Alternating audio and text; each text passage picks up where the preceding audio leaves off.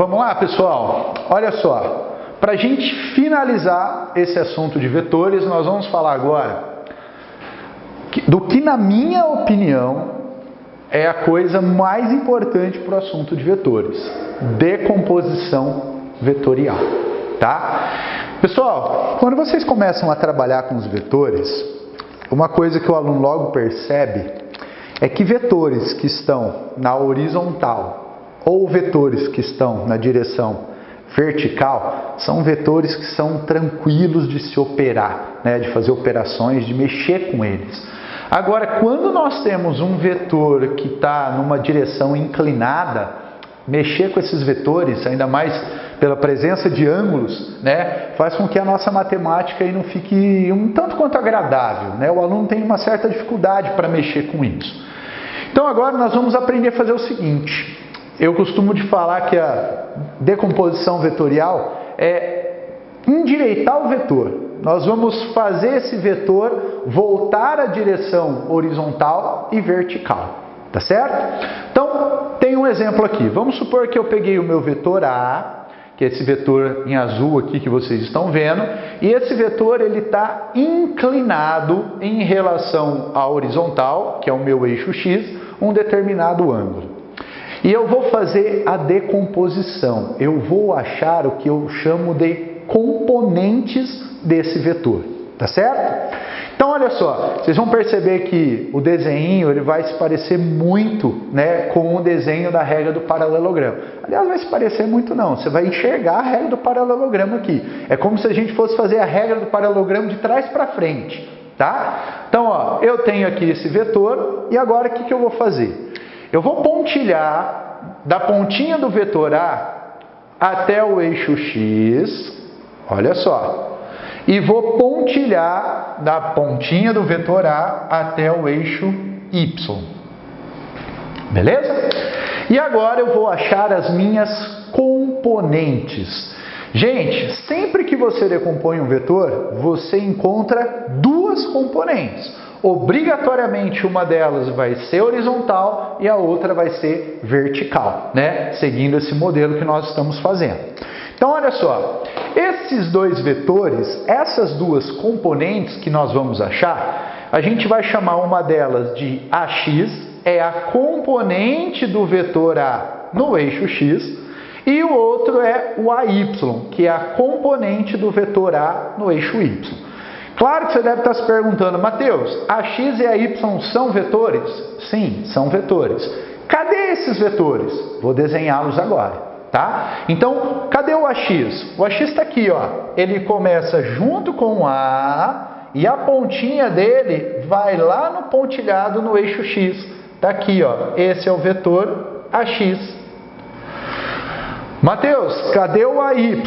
Vou desenhar ele aqui, pessoal, ó. Ele começa lá com o vetor A e a pontinha dele vai lá no pontilhado no eixo Y. Esse é o AY. Legal? Então, olha só como que a gente fala. Importante falar corretamente, né? Mateus, o que são esses vetores AX e AY? Eles são as componentes do vetor A. É como se eu estivesse tirando o vetor A da jogada, que é um vetor que está torto, inclinado, não é muito agradável, e trazendo dois vetores que a hora que eu precisar mexer com eles, essa, né, operação ela vai se tornar mais tranquila, né? Então, o vetor AX e o AY, vocês vão perceber que é mais fácil manusear eles, fazer operações com eles, tá certo? Bom, como é que nós calculamos o vetor AX e o vetor AY? Pessoal, vetor AX e o vetor AY, como são componentes do A, a operação matemática é muito simples. Olha só, para eu achar o AX, eu vou pegar o vetor A e vou fazer uma multiplicação. Calma que você já vai entender, tá? Para eu determinar o AY, eu vou pegar o vetor A e também vou fazer uma multiplicação. Nessa multiplicação vão aparecer duas funções trigonométricas muito conhecidas de vocês: função seno, função cosseno. E o que eu queria é que você não decorasse qual vai ser o seno, qual vai ser o cosseno. Eu quero que você olhe para a imagem para você determinar. Até mesmo porque nessa imagem eu poderia ter te dado, ao invés desse ângulo, esse ângulo aqui, ó. E aí o meu pensamento seria totalmente diferente, tá? Então, focando essa imagem, o meu AX eu vou multiplicar pelo seno ou pelo cosseno? Olha a regrinha. Gente, tá vendo a seta AX? Você percebe que a seta AX, ela tá encostadinha no ângulo, diferente da seta Y, né? Olha só, a seta Y, ela não está encostada no ângulo θ, no ângulo verde. Então, olha o que eu vou falar, ó. Pessoal, o vetor AX, ele está com o ângulo do lado dele. Com o ângulo, te lembra? Cosseno. Cosseno. Em contrapartida, pessoal, a seta AY, o vetor AY, ele está sem o ângulo θ do lado dele. Sem o ângulo, te lembra? Seno. Ah, então pera lá, Mateus. O AX eu sempre vou multiplicar pelo cosseno, o AY eu vou multiplicar pelo seno? Não, pessoal, acabei de falar para você não decorar isso. Isso apareceu por conta da minha estrutura, do meu desenho. Se eu tivesse colocado esse ângulo, o ângulo de informação no seu exercício, fosse aqui, você concorda comigo que o AX ficaria sem o ângulo e o AY com o ângulo? Então não quero que você decore, tá? Bom, o que você tem que ter em mente? Quando você decompõe um vetor, quando você acha as componentes de um vetor, aquele vetor que você decompôs, ele não precisa mais ser representado. Esse vetor aqui para mim, olha, não existe mais, pessoal. Tá? Ele já saiu da jogada. Eu não vou mais mexer com ele, o que vai facilitar a minha vida dentro das operações aqui dentro. Tá? Repare que quando eu encontro as suas componentes, eu já tenho os dois vetores que deram origem a ele. Só que eu fiz o processo de trás para frente. Tá? Vocês vão perceber isso, principalmente quando a gente for, né, lá na frente trabalhar com forças, né, achar força resultante sobre um corpo. A decomposição vetorial vai facilitar muito a nossa matemática, os nossos cálculos. Vai tornar ele muito mais fácil para não ficar mexendo com esse ângulo. Beleza? Bom, gente, essa é a parte de vetores importante, né? A gente fecha com a decomposição vetorial e para finalizar, né, a nossa aula, eu queria fazer esses dois exercícios com vocês. Um exercício que vai demandar aí, né, um desenho, né? Você vai perceber que muitas vezes você resolve um exercício simplesmente usando um desenho, e um outro que vai demandar uma parte matemática um pouco mais rebuscada, ok? Bom, pegando a nossa apostila então, pessoal, nós estamos lá na frente A, no módulo 5, na página 22, eu queria fazer com vocês o exercício 1, tá? Um exercício aí da FATEC que fala o seguinte: dados os vetores A, B e C representados na figura, em que cada quadrícula apresenta um lado correspondente a uma unidade de medida, é correto afirmar que a resultante dos vetores tem módulo? Mateus, eu li e não entendi o que ele quer fazer. Então, olha só, pessoal. Ele me deu 3 vetores, A, B e C. Tá? E nesses vetores ele fez uma representação no quadriculado. Sempre que ele te der um quadriculado como base, você vai precisar usar esse quadriculado para resolver o seu exercício. Ele quer o resultante desses carinhas aqui, né? É como se ele estivesse fazendo essa operação aqui, pessoal. Ó. Ele quer descobrir um vetor R, tá? Onde esse vetor R ele é o vetor A mais o vetor B mais o vetor C. É como se ele estivesse representando isso daqui. E aí ele quer descobrir o vetor R, quanto vale o módulo desse vetor, qual seria o valor. E eu vou utilizar os quadradinhos como auxílio. Tudo bem? Bom, como é que a gente começa? Bem, você tem um pedacinho de quadriculado, você vai ter que utilizar esse pedacinho que você tem, tá? Eu vou seguir a regrinha que nós aprendemos. Eu vou usar a regra do polígono. Eu vou desenhar aqui um vetorzinho na frente do outro. Só que agora eu vou te contar um macetezinho, tá? Pessoal, nos vetores, somar A B e C é a mesma coisa de somar A com C primeiro, depois com B, somar B com C primeiro, depois com A. Vale aí a propriedade, né, onde não importa a ordem que você faça essa soma. Isso, às vezes, pode facilitar a representação. Tá? Então, eu posso desenhar o vetor A, depois o B, depois o C, posso começar desenhando o C, depois o B, depois o A, não importa. Você vai perceber que se você, né, independente da ordem que você segue, o seu vetor resultante, ele vai dar o mesmo.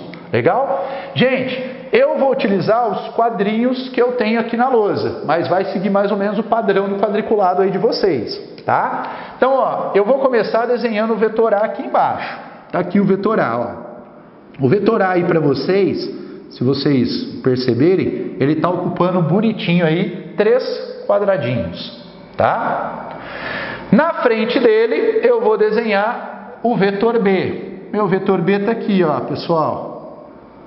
Tem aqui o vetor B.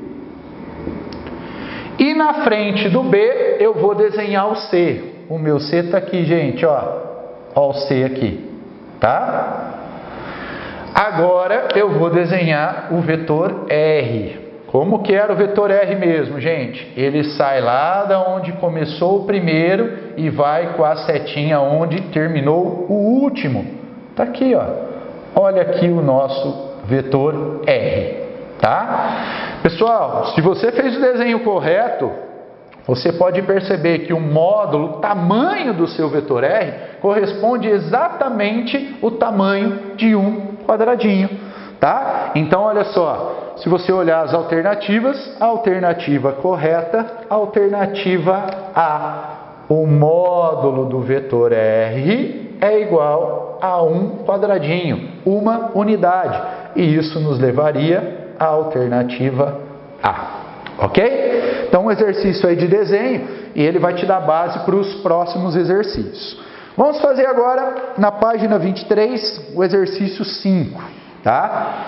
Um exercício aí que vai exigir um pouquinho mais da nossa matemática, mas você vai perceber que também não é um bicho de 7 cabeças, não. Olha só, dois vetores V1 e V2 formam entre si um ângulo θ e possuem módulos iguais a 5 unidades e 12 unidades, respectivamente. Então, ele não me deu o desenho desses vetores, né? Eu vou ter que imaginar como esses vetores estão, então vou ter uma certa liberdade para isso, tá? Mas ele falou que o módulo do vetor V1 é de 5 unidades, o módulo do vetor V2 é de 12 unidades. Aí ele fala o seguinte: se a resultante entre eles tem 13 unidades, determine o ângulo entre os vetores V1 e V2. Pessoal, um belo exercício, tá? Que vai exigir aí, né, uma visualização nossa um pouquinho mais rebuscada. Então, o que eu vou fazer? Como eu não sei como está o vetor V1 e o V2, mas eu sei que formam entre eles um ângulo θ, eu vou desenhar de maneira totalmente aleatória. Ó, vamos imaginar que o meu V1 está aqui, ó. Esse é o vetor V1. E aí, sei lá, está aqui o meu vetor V2. Tá? Vou desenhar um pouco menor aqui. Está aqui o meu vetor V2. E eu sei que existe entre eles um ângulo θ. Do jeito que eu desenhei, pessoal, cadê o vetor R? Cadê aquele vetor que vale 13 que ele falou? Isso daí está te chamando que regrinha? A regra do paralelogramo. Então vamos lá. Vou desenhar o vetor V1 na frente do vetor V2, pontilhado. Mais ou menos assim. Vou desenhar o vetor na frente, né, o V2 na frente do V1, pontilhado. E o meu vetor R sai lá dos dois, do início dos dois e vai em direção ao pontilhado. Está aqui o vetor R. Tá? Pessoal, eu sei, conheço o vetor 1, o vetor V1, conheço o vetor V2, tá? E agora eu vou descobrir o R. E eu vou usar aquela formulona grandona que nós aprendemos. Lembra? R quadrado é igual a um vetor ao quadrado mais o outro ao quadrado mais 2 vezes um vezes o outro, vezes o cosseno do ângulo entre eles. Lembrando que o que ele quer descobrir é o cosseno. Na verdade, ele quer o ângulo, né? Vamos substituir os números? O meu vetor R vale 13. Ele falou que o resultante vale 13. O vetor V1, 5. Vetor V2, 12. Mais 2 vezes 5 vezes 12, vezes o cosseno do ângulo que eu quero. Tá? Pessoal, 13 ao quadrado, 169. 5 ao quadrado, 25. 12 ao quadrado, 144. Mais 2 vezes 5, 10. Vezes 12, 120. Cosseno de θ. Tá? Pessoal, 25 mais 144 são 169. E eu posso cortar com esse 169 do outro lado. E aí nós chegamos numa coisa assim, ó. 0 igual a 120 vezes o cosseno de um ângulo. Tá? Pessoal, para que número que eu tenho que multiplicar o 120 para dar 0? Tem que ser 0, né? Então, o meu cosseno, ele tem que ser 0. E aí a gente precisa lembrar, né? Quem é o ângulo cujo o cosseno vale 0 graus? Aí tem que lembrar lá na tabelinha dos senos e cossenos, né? Dos ângulos tradicionais. Mas, lembrando, o nosso ângulo em questão é um ângulo de 90 graus. Tá? Se você, olha só que interessante, não sei se você percebeu o que você tem na mão. Se você encontrasse o vetor resultante de um vetor de 5 e um vetor de 12 com um ângulo de 90 entre eles, você encontraria o vetor de 13, né? Ou seja, fazer um Pitágoras com 12 e 5 te dá uma hipotenusa de 13. É um triângulo pitagórico isso aqui também, né? A gente fica muito preso lá ao 3, 4, 5, desculpa, mas o triângulo também 5, 12 e 13 é um triângulo pitagórico, ok? Beleza? Pessoal, essa foi então a parte de vetores, espero que vocês tenham gostado, tá? Tentem fazer os outros exercícios também e se forem tendo dúvidas, entrem em contato aí para a gente tirar as dúvidas, beleza? Um grande abraço e até a próxima. Tchau, tchau.